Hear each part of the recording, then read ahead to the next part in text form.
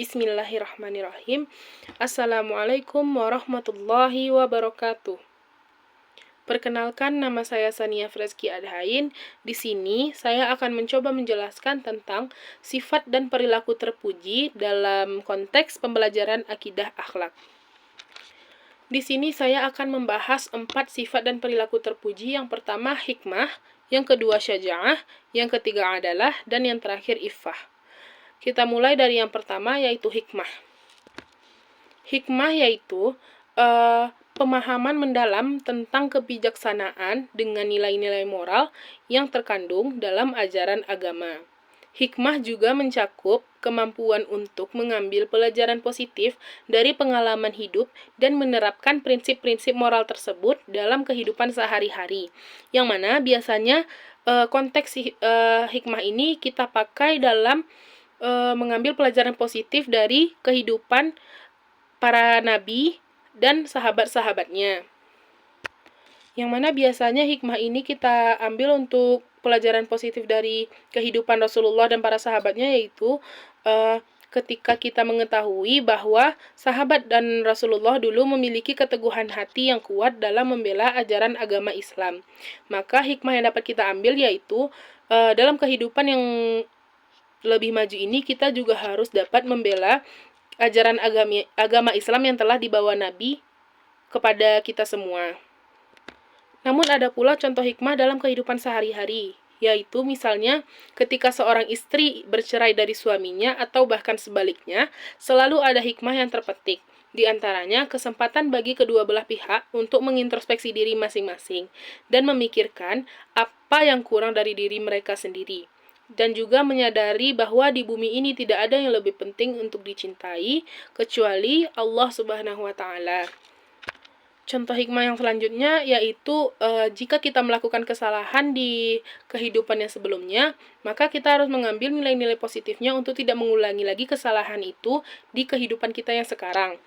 Yang kedua, sifat dan perilaku terpuji yaitu syaja'ah.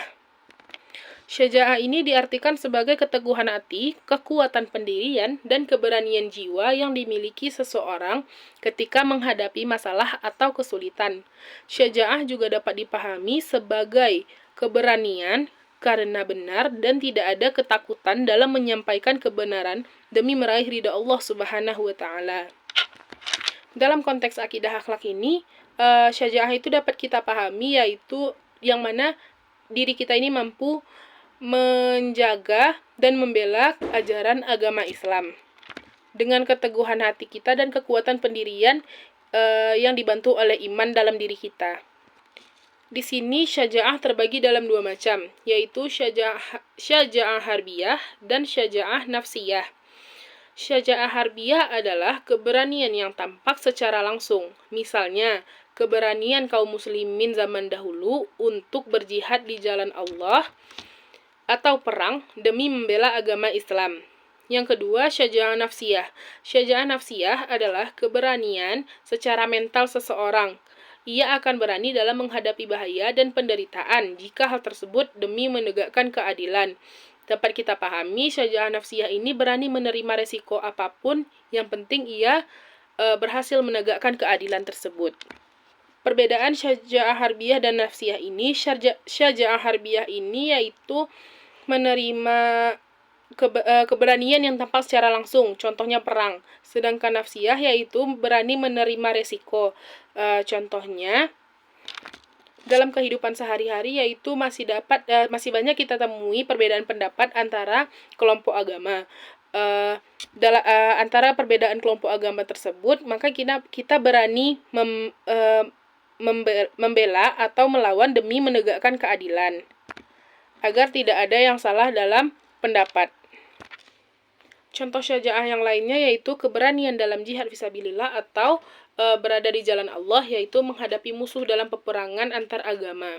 Yang kedua, keberanian menyatakan kebenaran atau kalimah al-haq meski di depan penguasa yang zalim. Nah, dari sini dapat kita ambil kalimah al-haq ini maksudnya kita berani melawan siapapun, bahkan pemimpin, asalkan tujuan kita melawan itu demi kebaikan atau keadilan. Sifat dan perilaku terpuji yang selanjutnya adalah adalah. Adalah ini bisa kita kenal juga dengan adil. di mana semua orang mendapat hak menurut kewajibannya, adalah merupakan suatu sikap yang tidak memihak atau sama rata, tidak ada yang lebih dan tidak ada yang kurang, tidak ada pilih kasih, dan masih banyak lagi persepsi lain tentang pengertian adalah ini. Namun dapat kita simpulkan, pengertian adalah ini adalah adil, sama rata, dan tidak membeda-bedakan. Karena di mata Allah semuanya makhluk itu sama dan tidak ada yang lebih. Contoh adalah yaitu yang pertama, perlakuan adil dalam keluarga, yaitu memberikan perhatian dan dukungan yang setara kepada setiap anggota keluarga tanpa melihat siapa yang lebih dan siapa yang kurang. Tanpa adanya perlakuan yang tidak adil, tidak pilih kasih terhadap tanggung jawab kepada anak. Yang kedua, misalnya dalam pemecahan konflik. Dimanapun kita melakukan kegiatan sehari-hari, maka kita harus berlaku secara adil, apalagi bagi diri kita yang sebagai seorang pemimpin. Jika ada suatu konflik di tempat tersebut, maka harus menjatuhkan keputusan yang sesuai dengan kejadian yang telah terjadi. Kita sebagai seorang pemimpin, tanpa adanya bisikan lain, sehingga kita harus mampu menciptakan keputusan dengan adil, sehingga membuat keputusan yang adil. Jika kita terlalu mendengar bisikan lain atau karena biasanya dalam kehidupan ini yaitu sogokan, maka timbullah keputusan yang tidak adil, dan itu akan membuat seseorang tidak menerima keadilan dari kita tersebut, akan merasa dongkol pada hatinya dan mendoakan kita yang tidak-tidak. Maka demi keamanan kita harus menerapkan adalah ini dalam kehidupan kita sehari-hari, apalagi untuk kita yang seorang pemimpin. Sifat dan perilaku yang terpuji yang terakhir yaitu ifah. Ifah adalah keadaan atau sifat seseorang yang terpelihara dari perkara-perkara yang tercela atau mungkar. Ifah mencerminkan kesucian moral, menjauhkan diri dari perilaku dosa.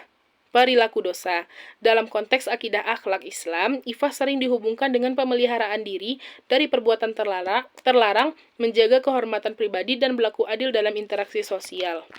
Dapat kita simpulkan, ifah ini adalah keteguhan hati seseorang untuk menjaga dirinya dari perilaku yang diharamkan oleh Allah Subhanahu wa Ta'ala. Bagaimana sih cara melakukan sifat dan perilaku ifah ini? Yaitu dengan cara menjaga kesucian diri, dengan memperbanyak ibadah dan perintah-perintah Allah yang lainnya. Ya, sholat, berdoa, dan mengaji, dan banyak juga yang lainnya. Contoh ifah yaitu yang pertama, contoh umumnya saja yaitu menjaga kesucian diri kita sebagai seorang wanita dari seorang lelaki yang bukan mahram kita. Dengan cara tidak duduk berduaan dengan lelaki yang belum halal dengan kita di tempat yang tidak ramai demi melakukan hal yang tidak baik. Contoh ifah selanjutnya yaitu berusaha menolak ajakan maksiat. Contohnya, mencuri, berbohong, bolos sekolah, durhaka kepada orang tua, meninggalkan sholat, menyakiti hati orang lain, bahkan membicarakan keburukan orang lain ketika tidak ada orang tersebut. Karena itu akan menimbulkan dosa yang mana ifah ini tidak akan terterapkan dalam hidup kita. Nah, dalam sifat dan perilaku terpuji yang 4 tadi dapat kita simpulkan yang pertama itu hikmah. Hikmah yaitu mengambil pelajaran positif dari dari pengalaman hidup yang dulu untuk memajukan kehidupan yang sekarang. Yang kedua yaitu syaja'ah, yang diartikan sebagai keberanian dan keteguhan hati demi membela kebenaran, baik dalam agama, keadilan, atau yang lain-lainnya. Yang ketiga yaitu adalah atau adil, di mana kita di sini harus bersifat adil tanpa membeda-bedakan mana yang baik, mana yang buruk. Karena di mata Allah semua orang itu sama, semua makhluknya itu sama, tidak ada yang baik, tidak ada yang buruk. Sekalipun seseorang itu lebih kaya, ada yang lebih miskin, di mata Allah tetap sama, sesuai iman mereka yang terdapat dalam hati mereka. Bagi kita seorang pemimpin, sikap perilaku terpuji adalah ini sangat penting demi kesejahteraan masyarakat kita. Kita harus bisa membedakan mana yang betul-betul membutuhkan keadilan. Mohon maaf, maksud saya di sini semua masyarakat itu pasti membutuhkan keadilan, namun kita harus melakukan keadilan itu dengan sebaik mungkin. Mana yang betul-betul membutuhkan pertolongan tanpa adanya orang dalam. Yang terakhir ifah. Ifah itu menjauhkan diri dari perilaku tercela yang akan menimbulkan dosa. Maka ini juga harus kita terapkan dalam kehidupan kita sehari-hari agar menghindarkan diri kita sendiri dari siksa neraka. Nah, dari keempat sifat dan perilaku terpuji tadi, maka teman-teman semua harus menerapkan sifat-sifat dan perilaku terpuji tersebut. Maka hanya itu dari saya. Mohon maaf jika ada kesalahan. Saya mohon maaf. Saya tutup. Wassalamualaikum warahmatullahi wabarakatuh.